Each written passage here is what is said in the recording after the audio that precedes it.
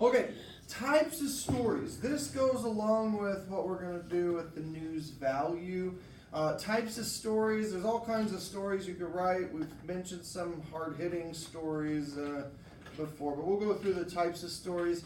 These are mentioned in your book, so I'll give you some page numbers to reference these when you're writing one of these stories. You can go to the chapter in the textbook, look up the tips, look up the instructions in the textbook, and we can get a good idea. This is an overview of the types of stories.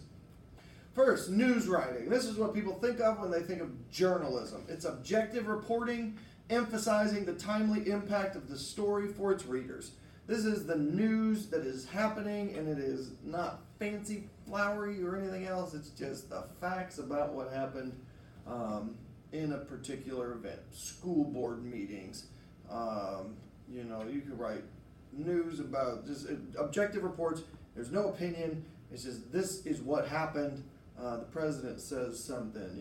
We put the gate up at the school. It's just news writing about what is happening. Then there's specialty stories. All of chapter 4 in your textbook covers all these different types of specialty stories. So it's stories that would deal with some specific aspect of life or culture inside of our schools. So the ones that they've listed are health, so some kind of school virus going around. You talk to the school nurse. Some kind of academic thing that is changing, news events covering academics in the school, death article, an article about someone who's passed away, speeches that someone gave, maybe the governor comes to Kirksville or the senator or something, speech writing. Polls, if we take polls and write about student opinions about different things, that's covered in chapter 4 as a specialty story. Civic journalism is covered as a specialty story where you would talk about, every year I put together a voter registration. So something dealing with government or civic action. The protests from last year be civic journalism. There'd be other examples of specialty stories. Maybe there's a student that likes to bake cupcakes or something.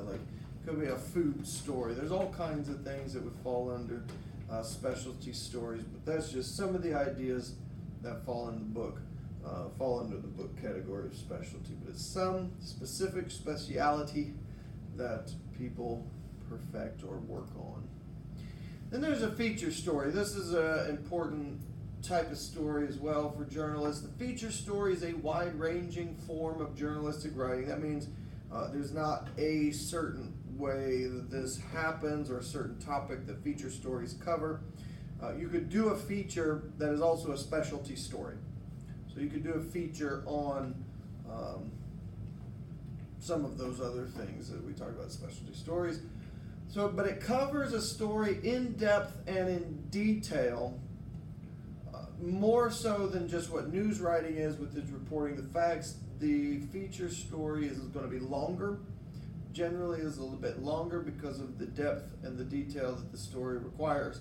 Usually they are strongly based on human interest, and so it might be, human interest stories are ones that talk about human struggle, or even like that cupcake maker we mentioned, if that is a person making cupcakes and it's to raise money for Special Olympics or something. You've got a human interest aspect to that. It's something that appeals to the emotions of a person. It could be happy, sad, but though it appeals to the emotions, but is entertaining. So even a sad story with a good ending or something, the feature story.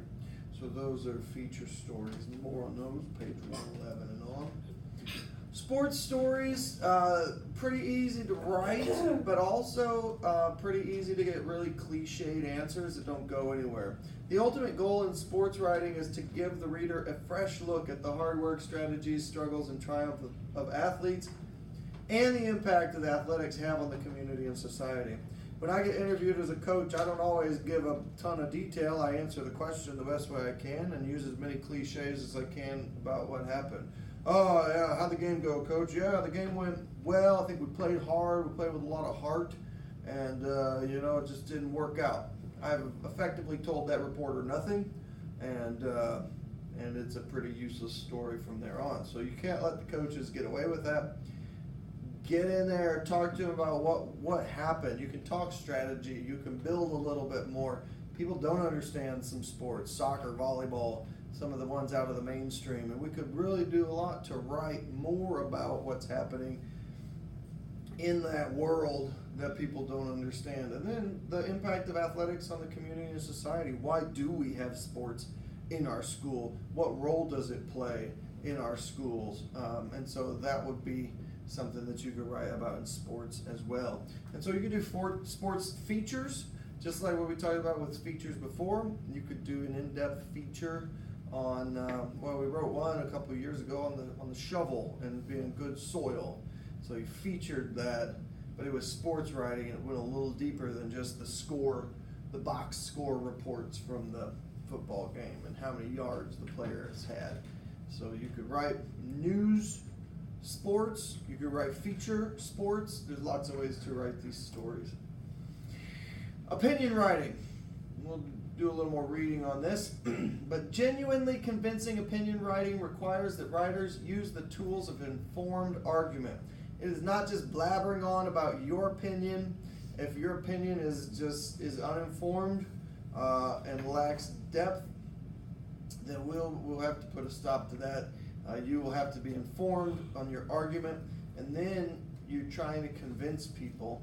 This is more than just news writing, but opinion stories are types like editorials, columns, blogs, reviews. Movie reviews are opinion writing because you like the movie, you didn't like the movie. Same thing with like Liddy City from the Toilet Times. You like the song, you don't like the song. Those are opinion writings and review style. The blogs, you can write a blog. You start up a blog yourself and write about whatever you want. The best puppy shampoos or whatever. You can write your blog on that all day long. It doesn't have to always be political opinions. There could be opinions on anything. A lot of what you see on Facebook actually is opinion writing, or even, I don't know, Snapchat. I hate this dude or whatever. I don't know. No, it's Snapchat for real. But you see that type of opinion writing all the time, but the problem is people aren't using the tools of informed argument. They're not combining their skills. They're just blabbering their opinions, and it makes other people mad, and they comment their uninformed opinions, and everybody gets real angry. So we have to avoid doing that. Our publications are not social media posts, and we will be careful about that. We'll actually talk about social media posts, how we can do a good job of those. But it combines the skills of a dogged reporter. You do have to do some reporting on opinion writing. You have to be informed. Okay, a perceptive scholar, you have to be aware of what's happening. If you're not, then we got to go back and sharpen those skills. And a keen observer and passionate advocate. We'll talk more about opinion writing. It's a popular form, but we got to be careful with it.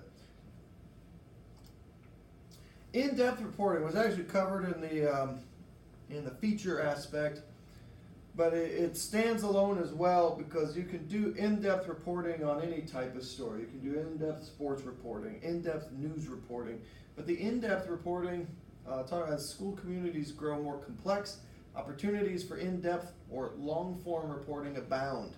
It's needed to address the subtle and complex issues and situations that arise in the context of the high school, close quote. So the in-depth reporting, because we publish a newspaper once a month, it gives us a chance to do some in-depth reporting on any of those other topics we talked about. You could do in-depth specialty reports on health in the school. You could do in-depth reporting on mental health in the school.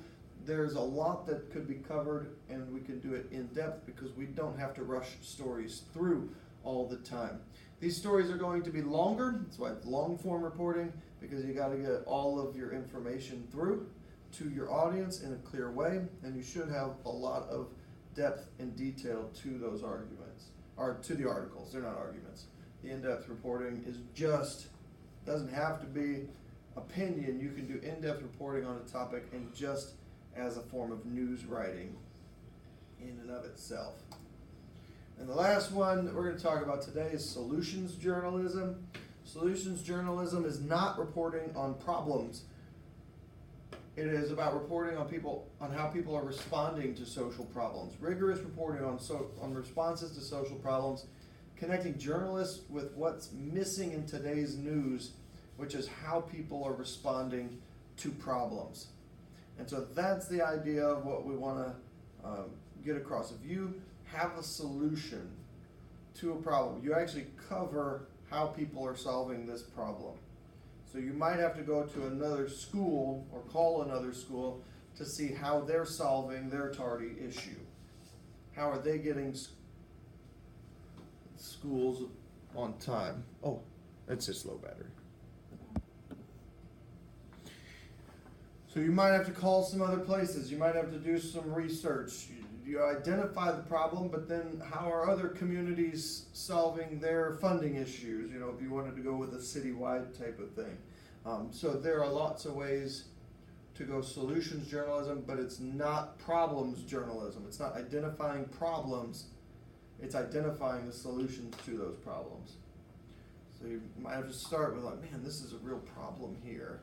But then the solution journalism aspect would be find out how other institutions, other people are solving that problem effectively in other places. But don't you kind of have to like point out the problem to see what the solution is? You do, and so that's an explicit part of what you have to do is to explain the problem and how you see that it does exist here, but then you're really covering how it's covered in the other places. You could even imply that it's a problem here, like not explicitly state like, we have a tardy problem at our school, but you could cover, you know, I don't know, maybe Brookfield or Pettonville High School or Lee Summit North has some awesome program that they're using to fix the tardy problem that you think would be effective here. It starts with a problem, but you don't cover the problem so much as the solution. Does that make sense? Mm-hmm. Yeah.